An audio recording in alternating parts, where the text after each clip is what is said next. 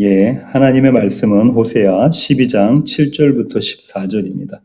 호세아 12장 7절로 14절 한 목소리로 읽으시겠습니다. 그는 상인이라 손에 거짓 저울을 가지고 속이기를 좋아하는도다. 에브라임이 말하기를 나는 실로 부자라. 내가 재물을 얻었는데 내가 수고한 모든 것 중에서 죄라 할 만한 불의를 내게서 찾아낼 자가 없으리라 하거니와 네가 애굽 땅에 있을 때부터 나는 내 하나님 여호와니라. 내가 너로 다시 장막에 거주하게 하기를 명절날에 하던 것 같게 하리라. 내가 여러 선지자에게 말하였고 이상을 많이 보였으며 선지자들을 통하여 비유를 베풀었노라. 길라앗은 불의한 것이냐? 과연 그러하다. 그들은 거짓되도다. 길갈에서는 무리가 수송아지로 제사를 드리며 그 제단은 밭 이랑에 쌓인 돌 무더기 같도다.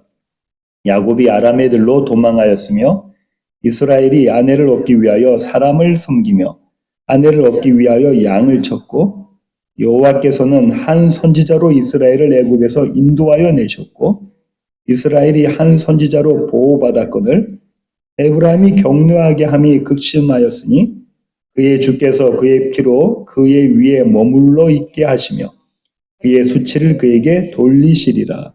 아멘. 호세아 강의 22번째 시간입니다. 22회차이고요. 호세아 12장 7절로 14절의 말씀을 갖고 그는 상인이라 라는 제목으로 함께 나누기를 원합니다. 오늘 설교 제목이 뭐라고요? 그는 상인이라. 여러분 상인이라는 단어를 이렇게 들으시면 어떤 이미지가 떠오르십니까? 장사의 달인들이었던 중국 상인, 또 유대 상인, 아랍 상인 이런 이미지가 떠오르시나요? 중국에서부터 유럽까지 상인들이 걸어갔던 그런 실크로드 이런 이미지가 떠올려지시나요? 상인과 관련해서 어떤 기억들을 갖고 계십니까? 저는 대학을 졸업하는 해에 1993년인데요. 베니스의 개성상인이라는 책을 읽었습니다. 오세영이라는 작가가 처음 쓴 작품인데요. 이 셰익스피어의 작품 베니스의 상인에서 제목을 빌려왔다고 합니다. 첫 발간할 때 300만 부라는 어마어마한 숫자가 팔렸습니다. 베스트셀러였죠. 아주 재미있게 읽었던 기억이 납니다. 상인. 오늘 나눌 내용은요, 이 상인에 관한 것입니다. 오늘 본문은요, 처음부터 끝까지 이스라엘과 여호와 하나님을 대조시키고 있어요. 이스라엘의 모습은 이렇고 여호와 하나님의 모습은 이렇다. 이걸 대조시키고 있습니다. 본문의 시작이 오늘 설교의 제목입니다. 그는 상인이라. 여기서 그는은 누구냐면요. 에브라임이죠. 바로 그 다음 구절에 이렇게 나와 있죠. 그러니까 이스라엘입니다. 좁게 보면 북이스라엘이고요. 조금 더 넓게 보면 남유다까지 포함해서 남북 이스라엘 왕국 전체를 이야기한다고 볼 수 있습니다. 호세아는요, 이 이스라엘을 상인이라고 부르고 있습니다. 요즘은 어딜 가나 잘 나가는 상인, 다시 말하면 능력 있는 세일즈맨이 대우받는 사회입니다. 그것도 그럴 만한 이유가요. 어떤 좋은 제품도 팔리지 않으면 안 되니까요.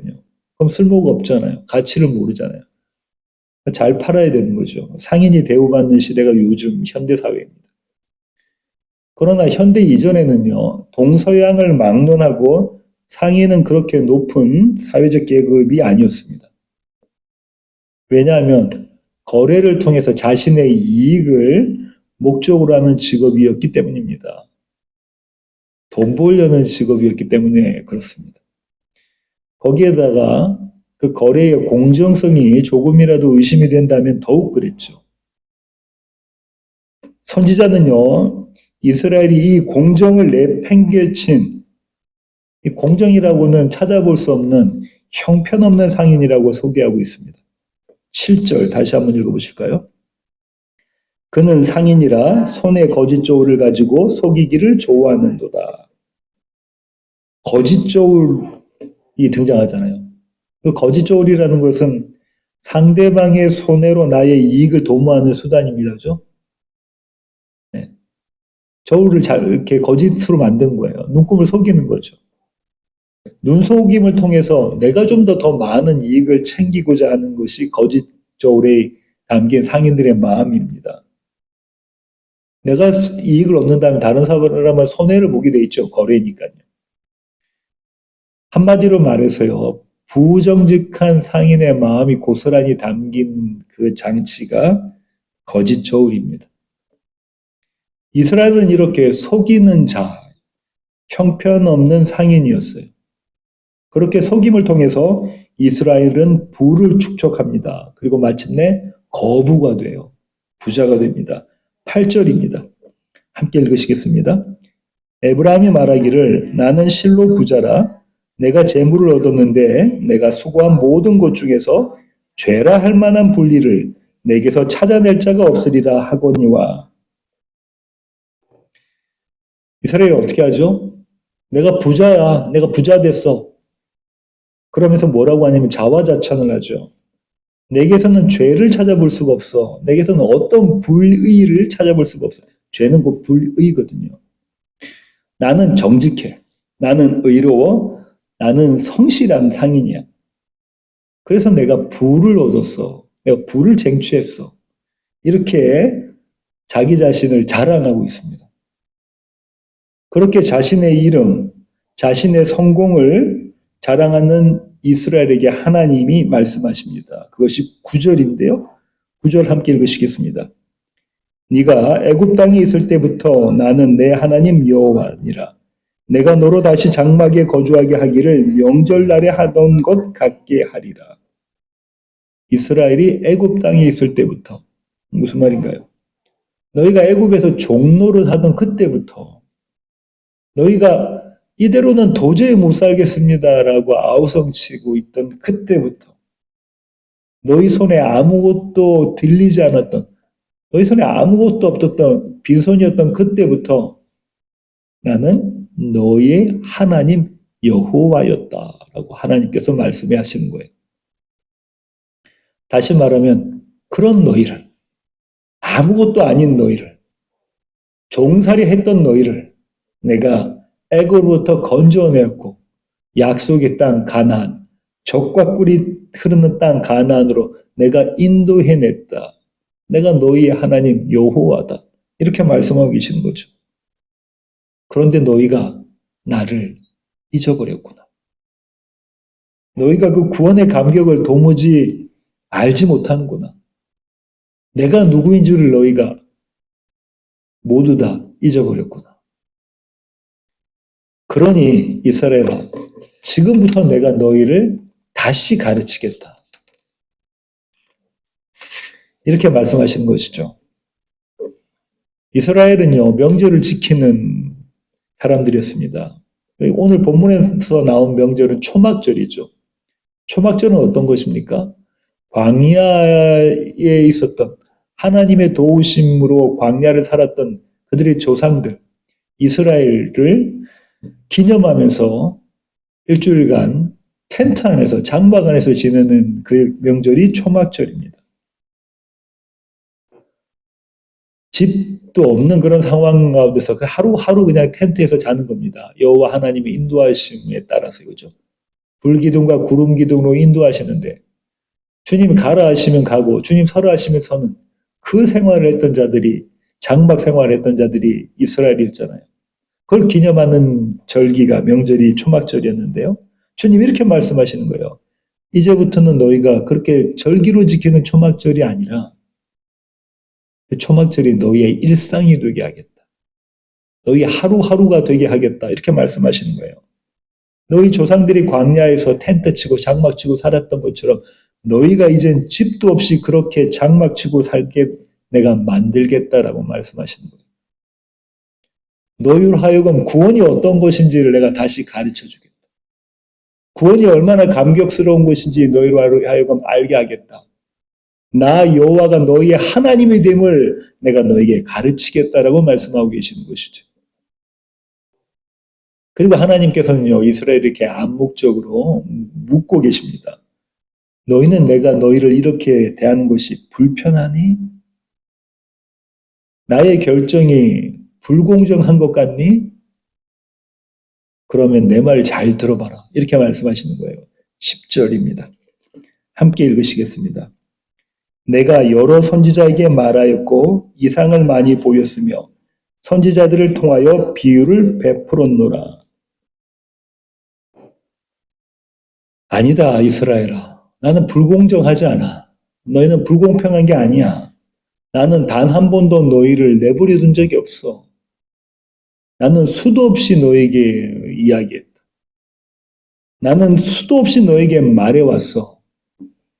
지금도 너에게 이렇게 말하고 있지 않니? 그런데도 너희는 내 말을 듣지 않았다? 너희는 내 말에 순종하지 않았어. 너희는 항상 나를 거역했다. 이렇게 말씀하고 계시는 거예요. 이어서요, 선지자는 이스라엘의 거짓됨을 다시 고발합니다. 11절입니다. 함께 읽으시겠습니다. 길르앗은 불의한 것이냐? 과연 그러하다. 그들은 거짓되도다. 길갈에서는 무리가 수송아지로 제사를 드리며 그 제단은 밭 이랑에 쌓인 돌무더기 같도다. 뭐라는 거죠? 선지자가 지금 이스라엘을 보고 뭐라고 이야기하고 있습니까? 그들에게는 참이 없다고 해요. 온통 거짓 투성이라는 거예요. 참이 없고 거짓인 모습을 이렇게 선지자가 표현하고 있습니다. 그들이 길갈에서 숫송아지로 제사를 드린다. 근데 그것이 뭐라는 거예요? 거짓이라는 거예요. 그 제사가 참이 아니라는 것입니다. 무슨 말인가요? 제사를 드리긴 드려요. 그런데 제사의 대상이 누가 아니시라는 거예요? 하나님이 아니시다. 그들이 살찐 수송아지를 잡아서 하나님께 제사를 드린다고 하지만 그 제사의 대상이, 제사를 받으시는 분이 하나님이 아니라는 거예요. 그들은요, 스스로가 제사를 받는 이가 되어버린 거예요. 누구를 위한 제사라는 거죠? 나를 위한 제사, 이스라엘을 위한 제사라는 겁니다. 그렇게 스스로가 제사 받는 이가 되어서 열심을 다해서 제사를 드렸다는 거예요. 왜냐하면 내가 받을 거니까. 열심을 다해서 제사를 드렸다는 겁니다. 그것이 거짓입니다. 그들이 그렇게 했던 이유는요, 나의 계획, 나의 원함, 나의 욕망을 채워줄 제사가 그 제사였기 때문입니다. 선지자는 그것을 거짓이라고 말하고 있어요. 참되지 않다고 이야기하고 있습니다. 그 제사는 하나님께 드리는 제사가 아니라 그들이 부자 되기 위한 제사, 그들이 성공하기 위한 제사, 그들이 자신의 원함을 이루기 위한 제사, 그들은 그렇게 거짓 제사를 드리기 위해서 지극정성으로 제사를 드립니다. 그리고요, 그 거짓 제사를 위한 제단을 곳곳에 즐비하게 쌓고 있습니다. 무슨 말이냐면 이스라엘 도처에 그런 제단이 쌓여 있다는 거예요. 한마디로 이런 겁니다. 이스라엘은 모두가 다 거짓 제사장이다. 그들에게 참 제사장은 없었다는 거예요. 그러니까 그들은 여전히 사기꾼 야곱이었습니다. 12절입니다. 함께 읽으시겠습니다. 야곱이 아람애들로 도망하였으며 이스라엘이 아내를 얻기 위하여 사람을 섬기며 아내를 얻기 위하여 양을 쳤고 장자권을 얻기 위해 아버지와 형을 속이고 예쁜 아내를 얻기 위해 종처럼 일한 사람이 야곱이죠. 왜냐하면 장자권과 예쁜 아내가 내 삶을 보장해 주는 겁니다. 그죠? 장자권이 있으면 내 삶이 보장이 돼요. 왜냐하면 아버지의 재산의 반을 장자가 받고요. 나머지 형제들이 그 나머지 반을 나눠 갖는 거예요. 완전히 몫이 다르죠. 나의 성공이 보장되는 것이 장자권입니다. 야곱이 그 장자권 얻으려고 하죠. 아내를 얻을 때는 어땠습니까? 라헬이 자기 보기에 너무 예뻐요. 미인이에요. 그러니 그 아내, 그 아름다운 여인을 내가 얻고 싶어요. 그것이 내 삶을 보장해 준다고 생각했기 때문에 그렇습니다. 내 삶을 보장해 주고 나의 삶의 위치, 지위를 보여주는 증표였기 때문에 야곱은 그렇게 노력했습니다. 나의 원함을 성취하기 위해서는 어떤 수단과 방법도 마다하지 않은 자가 야곱이었어요. 어떤 노력과 수고도 힘들지 않았던 자가 야곱이었어요. 열심히 일해요. 그가 일하지 않았다는 게 아니에요. 열심히 수고를 합니다. 그렇게 해서 나의 원함을 얻어내려고 노력했던 자가 야곱이에요. 그는 성실한 자였어요. 하지만 그것이 거짓된 자, 사기꾼이라는 겁니다. 야곱은 거짓된 자, 사기꾼, 형편없는 상인, 이스라엘이었습니다. 이에 대해서는요, 지난주일에 충분히 나눴다고 생각합니다. 이런 이스라엘임에도 불구하고 하나님은 이들을 건지셨어요. 이들을 지키셨습니다. 13절 다시 한번 읽어볼까요?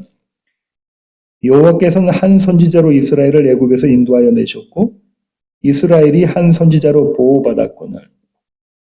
여기서 한 선지자는요, 모세를 가리킵니다. 이스라엘의 지도자였던 모세를 가리켜요. 또 한편으로는요, 지금 하나님의 말씀을 전하고 있는 호세아를 말하기도 합니다. 모세도 호세아도 구원자, 메시아, 그리스도를 모용하고 있죠. 그러니까요, 여기서 한 선지자라는 것은 궁극적으로는 하나님 자신이라는 겁니다. 하나님은 재차 이스라엘을 구원하시는 이가 나다라고 알려주세요. 이렇게 이스라엘과 하나님의 대조가 진행되다가 14절의 결론을 맺게 됩니다. 14절 함께 읽으시겠습니다. 에브라임이 경노하게 함이 극심하였으니 그의 주께서 그의 피로 그의 위에 머물러 있게 하시며 그의 수치를 그에게 돌리시리라. 에브라임이 경노하게 함이 극심하였으니 이스라엘의 죄악이 너무 심했다는 거예요. 이스라엘의 악이 너무 심해서 하나님이 노하심이 극에 달했다는 거죠. 절정에 달하셨다는 겁니다. 경노하셨다는 겁니다. 이제 그들은요, 그들이 저지른 행위에 합당한 죄값을 받아야 돼요. 누가요? 이스라엘이요. 누가요? 거짓조를 쓰는 형편없는 부정직한 상인인 이스라엘이 이제 그들의 죄값을 받아야 돼요. 그 죄값이 뭘까요? 사망입니다. 사형이에요. 하나님께서는 이스라엘에게 받으신 모욕을 그들에게 똑같이 되돌려 주십니다. 그렇게 돌려 주시는 게 맞아요. 여기까지가 오늘 본문의 내용입니다. 이제 본문을 조금 더 깊이 살펴보기를 원합니다. 오늘 설교 제목과 관련해서 살펴보기를 원하는데요. 호세아는 왜 이스라엘을 상인이라고 불렀을까요? 호세아가 지금 7절 오늘 본문의 첫 구절을 그렇게 이야기하잖아요. 그는 상인이라. 이스라엘은 상인이다. 호세아가 왜 그렇게 불렀을까요? 앞서 나눈 것처럼요. 상인은요.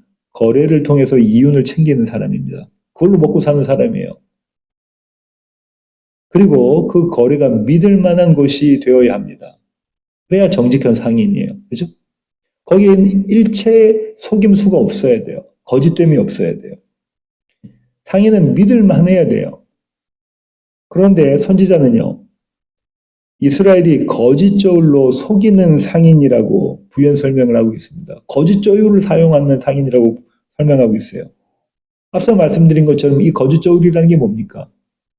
내가 조금 더 잘 먹기 위해서, 내가 조금 더 잘 살기 위해서, 내가 조금 더 높은 자리에 올라가기 위해서 다른 사람을 이용하는 거죠. 다른 사람을 손해보게 하는 겁니다. 다른 사람들을 못 살게 구는 겁니다. 그런 방식으로 돈을 모은 자들이 이스라엘이라는 거예요. 달리 말하면요. 하루하루가 거짓으로 점철된 자들이 이스라엘이라는 거예요. 매일 그렇게 살았다는 거예요. 일상이 그렇다는 거예요. 언제 딱 한 번만 그런 것이 아니라 날마다 거짓 저울을 들고 다니면서 거래를 했던 자들이 이스라엘이라는 거예요. 정리하면요. 이스라엘은 자신의 이익을 앞세우는 자들입니다. 자신의 이익을 위해서 살아가는 자들이에요. 그 이익이 자신들의 이스라엘의 하나님이 된 자들입니다. 다시 말씀드립니다. 이스라엘은요. 자기들의 이익을 위해서 살아가는 자들입니다. 그 이익이 곧 자신들의 하나님이 된 자들이 이스라엘이었어요. 호세아의 눈에 그러니까 하나님의 눈에 이스라엘은 거짓 저울로 사람들을 속여서 부자가 된, 그것도 큰 부자가 된 자들입니다. 그래서 부자라고 하면 재정적인 부자만을 말하는 게 아니에요. 그의 원함을 이룬 자들이에요. 그의 욕망을 성취한 자들이에요. 그의 꿈과 그의 비전과 그의 계획들을 성취해낸 자들, 달성해낸 자들이 이스라엘이었다는 거예요. 그렇게 거짓 저울로 부자가 된 이스라엘은요, 그의 부자됨을, 내가 부자 되었잖아요. 나의 부자됨을 떠벌리며 자랑합니다. 새번역 성경은요, 그들의 모습을 아주 실감나게 번역하고 있어요. 8절을 새번역 성경으로 함께 읽으시겠습니다. 에브라임은 자랑한다. 아, 내가 정말 부자가 되었구나. 이제는 한미천 톡톡히 잡았다. 모두 내가 피땀을 흘려서 모은 재산이 누가 나더러 부정으로 재산을 모았다고 말하겠는가. 이게 이스라엘의 모습이었다는 거예요. 열심히 일했다는 겁니다. 최선을 다해서 열심히 일했어요. 그래서 내가 원하는 거 다 이루어냈어요. 이제 이스라엘이 지금 뭐라고 말하냐면 나는 정직해. 나는 의로워. 나는 성실해. 그 누구도 아무도 나에게서 요만큼의 흠을 찾을 수가 없다. 나는 그런 부자다라는 거예요. 여기서 한번 우리가 생각해 볼게요. 이스라엘은 거짓 저울로 얼마나 많은 사람들에게 손해를 입혀가면서 얼마나 많은 사람들이 힘들게 만들어가면서 그들을 힘들게 만들어가면서 부자가 되었을까요? 지금 오늘 본문에서 보면 그리고 세번역 성경에서 저와 여러분이 조금 전에 읽었던 이 구절을 보면 이스라엘에게는 어떤 부끄럼도 없어요. 어떤 수치도 없어요. 어떻게 이스라엘이 이렇게 당당할 수 있었을까요? 왜 이렇게 이스라엘이 당당할 수 있죠? 그 이유는 딱 한 가지입니다. 그 땅의 모든 사람들이 너나 할 것 없이 거짓 저울을 사용했기 때문에 그래요. 그 땅의 모든 사람들이 너나 할 것 없이 나도 너도 모두 다 이 거짓 저울로 거래를 했는 상인들이었기 때문에 그렇습니다. 그러니까 아무 문제가 될 리가 없어요. 그것이 세상입니다. 그것이 저와 여러분이 속해 있는 오늘 하루를 살아가고 있는 세상의 모습이에요. 상인으로 번역된 단어는 히브리어로 가나안이에요. 그러니까 가나안은 곧 상인이라는 거예요. 가나안은요, 거짓 저울로 상대방을 속이는 자들이었습니다. 그런데 이 이스라엘이, 하나님의 백성인 이스라엘이 가나안이라는 거예요. 그 땅의 가나안 족속은 모두 단 한 명도 남기지 말고 모두 다 멸절시키라라고 하나님께서 말씀하셨죠. 근데 이제 이 이스라엘이, 하나님의 백성인 이스라엘이, 그 명령을 받았던 이스라엘이 가나안이 되어버린 거예요. 거짓 상인, 거짓 저울을 사용하는 형편없는 부정직한 상인이 되어버린 거예요. 하나님은 이 거짓 저울을 가증하다고 말씀하셨습니다. 잠언 11장 1절의 말씀 함께 읽으시겠습니다. 속이는 저울은 여호와께서 미워하시나 공평한 주는 그가 기뻐하시느니라. 속이는 저울은 하나님께서 미워하신다고 하시죠. 잠언 20장 23절 말씀 함께 읽으시겠습니다. 한결같지 않은 저울추는 여호와께서 미워하시는 것이요 속이는 저울은 좋지 못한 것이니라. 성경 여러 곳에서 나와요. 속이는 저울은 하나님께서 미워하신다. 하나님께서 얼마나 이 속이는 저울, 거짓 저울을 혐오하시는지 성경에 여러 군데 기록되어 있습니다. 그렇다면 하나님은 왜 그토록 이 거짓 저울, 속이는 저울을 싫어하셨을까요? 단순히 저울 눈금을 속여서 부정한 이익을 챙기는 그런 이스라엘을 질책하시려고 하는 것은 아니라고 저는 생각합니다.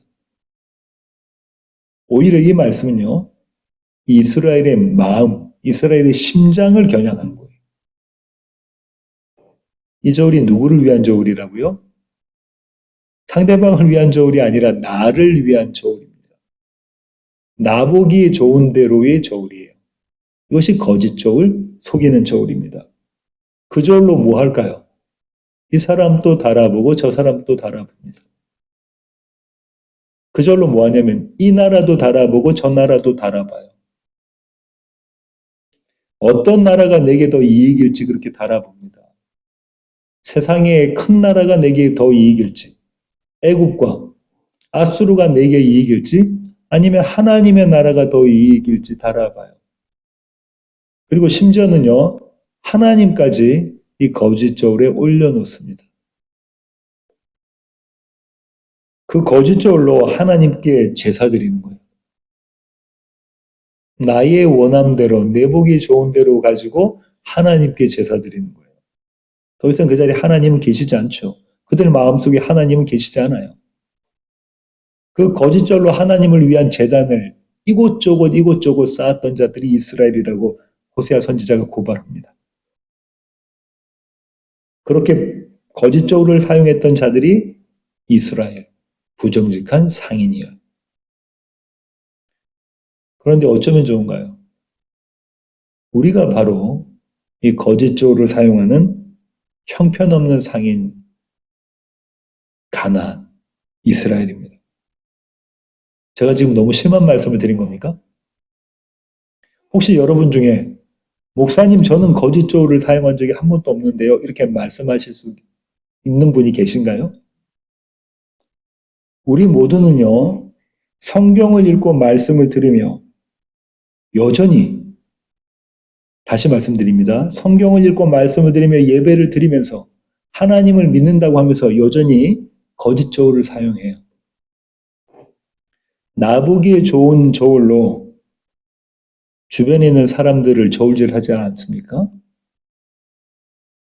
내가 원하는 것을 저울에 올려놓지 않습니까? 그러다가 마침내 하나님까지도 우리의 이 저울에 올려놓고 그렇게 평가하지 않습니까? 하나님 나의 원하는 것 채워주세요. 그렇게 기도하지 않습니까?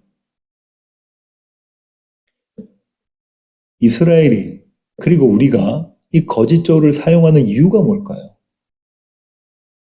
우리 날마다 거짓 저울을 사용한다니까요. 우리는 항상 거짓 저울을 사용합니다. 우리의 기준으로, 우리의 눈으로, 우리의 시선으로, 우리의 눈에 보기 좋은 대로, 나의 선함대로 다른 사람을 평가하고요. 나의 선함으로 내가 원하는 것을 얻으려고 노력하고 있어요. 그 일에 열심을 내고 있는 자들이 저와 여러분입니다. 근데 우리가 왜 이 거짓 저울을 사용하냐고요. 그거는요. 하나님을 믿지 못하기 때문입니다. 하나님을 믿지 못하기 때문에 그렇기 때문에 우리가 거짓 저울을 사용하고 있는 거예요. 우리의 거짓 저울은요. 믿음 없음의 증거입니다. 하나님이 저와 여러분의 삶 가운데서 베푸시는 모든 것들을 믿지 못해서 그래요. 하나님께서 저와 여러분에게 이루신 그 구원을 믿지 못해서요. 우리는 거짓 저울을 사용한다고요. 그렇게 우리 모두가요. 거짓 저울에 하나님을 올려놓은 자리가 십자가입니다. 뭐라고요? 우리의 거짓 저울에 하나님을, 창조주이신 하나님을 올려놓은 자리가 십자가. 하나님은 그 자리, 그 십자가에서 당신의 극심한 경로를 표출하셨습니다. 성부 아버지는 그렇게 하셨죠. 성부 하나님은.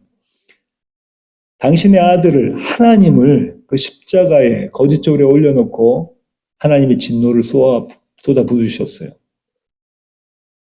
그의 피로 그의 위에 머물러 있게 하셨다. 그렇게 당신의 수치를 그에게 돌리셨습니다. 하나님이 그 수치를 받으신 거예요. 분명히 진노의 심판은 누구에게 떨어져야 되죠? 이스라엘에게 떨어져야 됩니다. 이 진노의 심판은요, 저와 여러분에게 떨어져야 돼요. 왜냐하면 우리가 하나님을 우리의 저울, 거짓 저울에 올려놨기 때문에 그렇습니다. 그런데 하나님께서 그 심판을, 그 수치를 다 받으신 겁니다. 그것이 오늘 본문의 결론인 14절의 말씀이에요. 14절 다시 한번 읽어보실까요? 에브라임이 격노하게 함이 극심하였으니 그의 주께서 그의 피로 그의 위에 머물러 있게 하시며 그의 수치를 그에게 돌리시리라. 이렇게 죽어 마땅한 이스라엘, 이 이스라엘 대신에 하나님께서 십자가에 달려 죽으신 겁니다.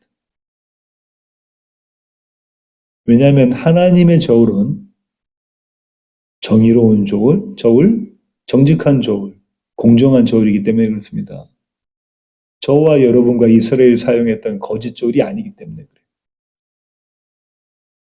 하나님은 그 공정한 저울에 한 선지자를 세우셨습니다. 회복 불가능한 이스라엘이에요. 그들의 실력으로는 도대체가 회복될 수 없는 이스라엘이에요. 그들의 실력으로는 도대체가 구원받을 수 없는 이스라엘이에요. 나 부자야. 나 부자라니까? 나 다 이루었어. 내가 원하는 거 다 가졌어라고 떠벌리고 자랑하는 그런 자들이 이스라엘이었어요. 그리고 그런 자들이 바로 저와 여러분이었어요. 근데 그 자리에 누구를 내어주셨다고요? 하나님께서 당신의 아들 하나님을 내어주셨다.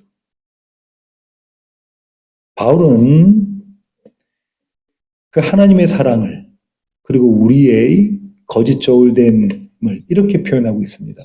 로마서 5장 6절부터 10절의 말씀입니다. 함께 읽으시겠습니다. 우리가 아직 연약할 때에 기약대로 그리스도께서 경건하지 않는 자를 위하여 죽으셨도다.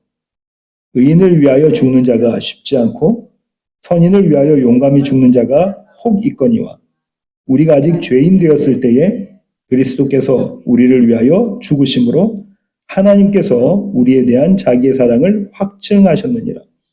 그러면 이제 우리가 그의 피로 말미암아 의롭다 하심을 받았으니 더욱 그로 말미암아 진노하심에서 구원을 받을 것이니 곧 우리가 원수 되었을 때에 그의 아들의 죽으심으로 말미암아 하나님과 화목하게 되었은즉 화목하게 된 자로서는 더욱 그의 살아나심으로 말미암아 구원을 받을 것이니라. 그 한 선지자로 이스라엘을 애굽에서 건져내셨고 오늘 호세아 선지자가 그렇게 이야기하고 있죠. 한 선지자로 이스라엘을 애굽에서 건져내셨고 한 선지자로 이스라엘을 보호하셨다. 그 한 선지자가 바로 하나님의 아들 예수 그리스도이십니다. 우리의 저울질, 우리의 거짓 저울질로 말미암아 우리가 죽어야 하는 그 자리에 하나님이 대신 제물 대신 그 자리, 그 십자가의 사랑, 그 십자가의 공의, 이것이 성경이 말하는 복음입니다. 예수 그리스도가 그 한 선지자예요. 이것이 저와 여러분이 누리는 복음이에요. 오늘 설교의 결론을 맺도록 하겠습니다. 이스라엘은 상인이라고 하나님 말씀하십니다. 그것도 거짓 저울로 상대방을 속이는 형편없는 질 나쁜 상인이라고 그렇게 고발하세요. 하나님마저 그 저울에, 거짓 저울에 달아서 나의 이익을 챙기는 자들이 이스라엘이었습니다. 한 명도 남김없이 모두 죽이라고 하셨던 그 명령, 그 명령의 대상이었던 가나안, 그 가나안이 바로 이스라엘이었다는 거예요. 그리고 그 이스라엘이, 그 가나안이 바로 저와 여러분입니다. 거짓 저울로 일삼는 자들, 날마다 거짓 저울을 들고 다니는 자들, 그 저울 위에 이것저것 우리가 원하는 것 다 올려놓는 자들이 저와 여러분이에요. 우리는 늘 그 자리에 서 있습니다. 우리는 늘 그 자리에 서 있어요. 그러나 여기에 복음이 있습니다. 바로 그 자리에서 하나님이 저와 여러분을 만나 주십니다. 그 자리에서 우리를 안아주세요. 그 자리에서 우리를 구원해 내십니다. 지금 내가 선자리가 어딘지를 알게 하세요. 지금 내가 어디에 서 있지? 지금 내 모습이 어떻지? 이것을 보고 알게 하세요. 그리고 한 선지자 예수 그리스도를 따라 우리의 발을 내딛게 만들어내십니다. 그렇게 나를 위한 거짓 저울을 버리고 오직 공평하신 저울이신 예수 그리스도를 붙잡게 만들어내세요. 그렇게 한 분 하나님을 믿는 믿음의 자리로 저와 여러분을 이끄십니다. 우리는 매일같이 이 부정직한 형편없는 질 나쁜 상인의 자리에서 정직한 자리, 공평한 저울을 가진 자리, 하나님을 믿는 믿음의 자리로 이끌어 가십니다. 그렇게 자리가 옮겨져요. 이것이 저와 여러분을 향한 하나님의 열심이십니다. 이 열심으로 하루하루 살아가시는 시애틀 예수한교회 모든 가족 되기를 원합니다. 기도하시겠습니다. 주님, 그렇습니다. 하나님, 우리가 거짓 저울로 일삼는 상인, 부정직한 상인 이스라엘입니다. 날마다 우리가 원하는 것들을 저울에 올려놓고 그것들을 위해서 애를 씁니다. 그렇게 나의 이익을 챙기는 자들이 우리입니다. 우리가 보기 좋은 대로 이 잣대를 가지고 이 사람 저 사람 판단하는 자들, 심지어 하나님까지 그 저울과 잣대 위에 올려놓는 자들이 저희입니다. 하지만 하나님, 이런 저희를 그대로 내버려 두지 않으시고 하나님 저희들을 가르치십니다. 하나님은 저희들을 구원해내십니다. 예수 그리스도가 우리를 위해서 그 자리에서 죽으셨음을 보게 만들어내십니다. 그 십자가를 통해서 우리의 어떠함을 낱낱이 고발하시고 그 십자가를 통해서 예수 그리스도에게 손 내밀게 만들어내십니다. 한 분 하나님께서 이루신 그 일들을 믿음으로 믿고 의지하고 신뢰하게 만들어내십니다. 하나님, 이것이 은혜입니다. 이 은혜로 살아가는 시애틀 예수한교회 모든 교회 가족 될 수 있도록 주님 저희들을 붙잡아 주시옵소서. 이제는 우리 주 예수 그리스도의 놀라우신 구원의 은혜와 하늘 아버지의 크고 극진하신 사랑과 우리 안에 내주하셔서 우리로 하여금 하나님의 공평한 저울로 만들어내시는 성령님의 충만하심이 이제 주님 앞에 머리 숙인 시애틀 예수한 모든 교회 가족 머리 위에 이제로부터 영원토록 함께 하시기를 예수 그리스도의 귀하신 이름으로 간절히 축원하옵나이다. 아멘.